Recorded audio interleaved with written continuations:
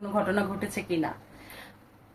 আমি যেহেতু একজন শিক্ষিত মেয়ে, ভালো ফ্যামিলির মেয়ে, ভালো জায়গায় পরিবেশে বড় হয়েছি, সো আমি সবটা বুঝি এবং জানি কে কি বলতে চাচ্ছে, চোখ দেখলে বুঝি। সুতরাং আমার সিনেমার অর্ডার সিনেমার অফারটা এসেছিল, সেটা হচ্ছে 2 বছর আগে। তো 2 বছর যখন আসে তখন গিভ এন্ড টেকের কথা বলে। তো তখন আমি নাটকে খুব ব্যস্ত ছিলাম, যে কারণে আমার সিনেমাটা করা হয়নি। আর গিভ এন্ড টেক যখন বলেছিল, তার জন্য অ্যাকচুয়ালি আমি ওটার প্রতি ইন্টারেস্ট ছিলাম না। কারণ হচ্ছে আমার তখন ইচ্ছে ছিল যদি আমি সিনেমায় কাজ করি আমি নায়িকা ক্যারেক্টার কাজ করব। সে গিভ এন্ড টেক বলছে, ওইটা তো মানে টপিক, ওইটা আমি বাদই দিলাম। কিন্তু সে আমাকে নায়িকা ক্যারেক্টার বলে নাই, সে আমাকে বলছিল সিনেমা যেটা আমি অফার পেয়েছিলাম, সে আমাকে বলেছিল যে নায়িকার বান্ধবী, মানে একদম ক্লোজ বান্ধবী যে থাকে ওই বান্ধবী টাইপের, আমার একটা গানও থাকবে। কিন্তু এটা নায়িকা না, এটা হচ্ছে বান্ধবী। সো এই জন্য আমি এটা করিনি, এই সিনেমাটা আমি করিনি। আর এই পর্যন্ত আমার ইচ্ছে আছে যে যদি আমি সিনেমায় কাজ করি অবশ্যই নায়িকা ক্যারেক্টার কাজ করব, কারণ সিনেমা যদি করি নায়িকা করব। আর যদি কোনো নাটকে কাজ করি বা কোনো কন্টেন্টে কাজ করি তাহলে অ্যাজ এ আর্টিস্ট। সাকিব খানের সাথে অনেকেই কাজ করলে দুর্ঘটনা ঘটে, দুর্ঘটনা ঘটেছে শুধু 2টা মানুষের ক্ষেত্রেই। সে হচ্ছে 1 নাম্বার আমাদের সুদ্রিয় আপু, অপু আপু, আর বুবলি, বুবলি ম্যাডাম। এই আর কি, এই দুজনের সাথেই ঘটেছে।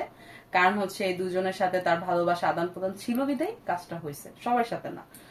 আর সাকিব হচ্ছে আমাদের বাংলাদেশের সুপারস্টার, মেগা স্টার।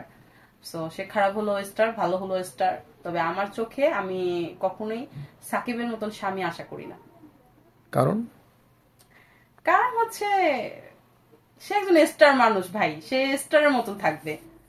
সে তো হিরো আলমের থেকেও মানে জঘন্যতম কাজ করে মিডিয়াতেও কাজ করতেছে দেখতেছি। তা আমার চোখে তো সে স্টার না। যেমন কি কি কাজ? যেমন এই যে আমাদের অপু দিদিকে বিয়ে করে স্বীকৃতি দিল না, বাচ্চাকে স্বীকৃতি দিচ্ছে না, প্লাস হচ্ছে খরচ দিচ্ছে আবার দিচ্ছে না, কি একটা কথা। মানে আমরা এখনো শিওর না আসলে সে কি করতেছে অপুর সাথে। আর হচ্ছে বুবলির সাথে তো পুরোই সিনক্রেট, এটা তো সবাই জানে। তো সুতরাং সে একজন স্টার, তার কাছে তো আমরা এটা আশা করি না। সে ভালো কিছু করবে, তারটা দেখে দর্শক শিখবে, দর্শক সেটাই করবে। কিন্তু সে তো তাই করতেছে না। সুতরাং তার মতন হাজবেন্ড ভাই আমি চাই না, আমার লাইফ পার্টনার হোক সেটা আমি চাই না, বয়ফ্রেন্ড হোক সেইটাও চাই না সাকিবের মতন।